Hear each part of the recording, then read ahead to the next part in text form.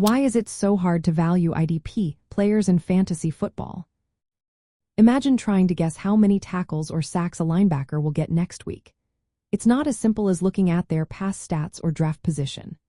Valuing individual defensive players in fantasy football can be tricky because their success depends a lot on how much they are on the field, not just how talented they are. Unlike offensive players who often get points based on their skill and scoring opportunities, defensive players relying heavily on their role and playing time. For example, a linebacker who is on the field for every snap will usually score more points than one who only plays part of the game, even if the second player is more talented. This makes predicting their fantasy value tough because coaching decisions, injuries, and team schemes can change how much a player plays from week to week. One big reason it's hard to value IDP players is opportunity versus talent.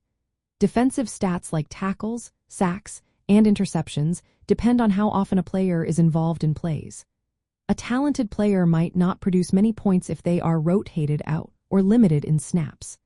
On the other hand, a less well-known player with a bigger role can rack up more points simply because they are on the field more often. Positional differences add to the challenge. Linebackers tend to get more tackle opportunities, making them generally more reliable in IDP leagues. Defensive linemen and defensive backs can score through sacks and interceptions, but their production varies a lot depending on the game flow and defensive schemes. Playing time can change quickly for defensive players.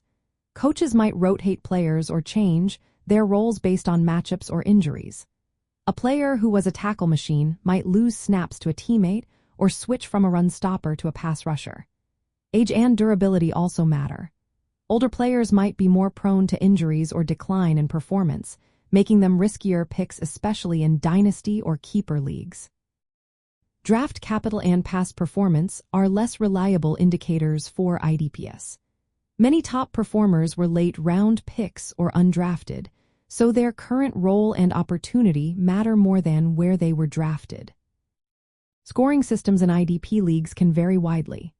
Some leagues award points for tackles, tackles for loss, sacks, interceptions, forced fumbles, and even more obscure stats like blocked kicks or return yards.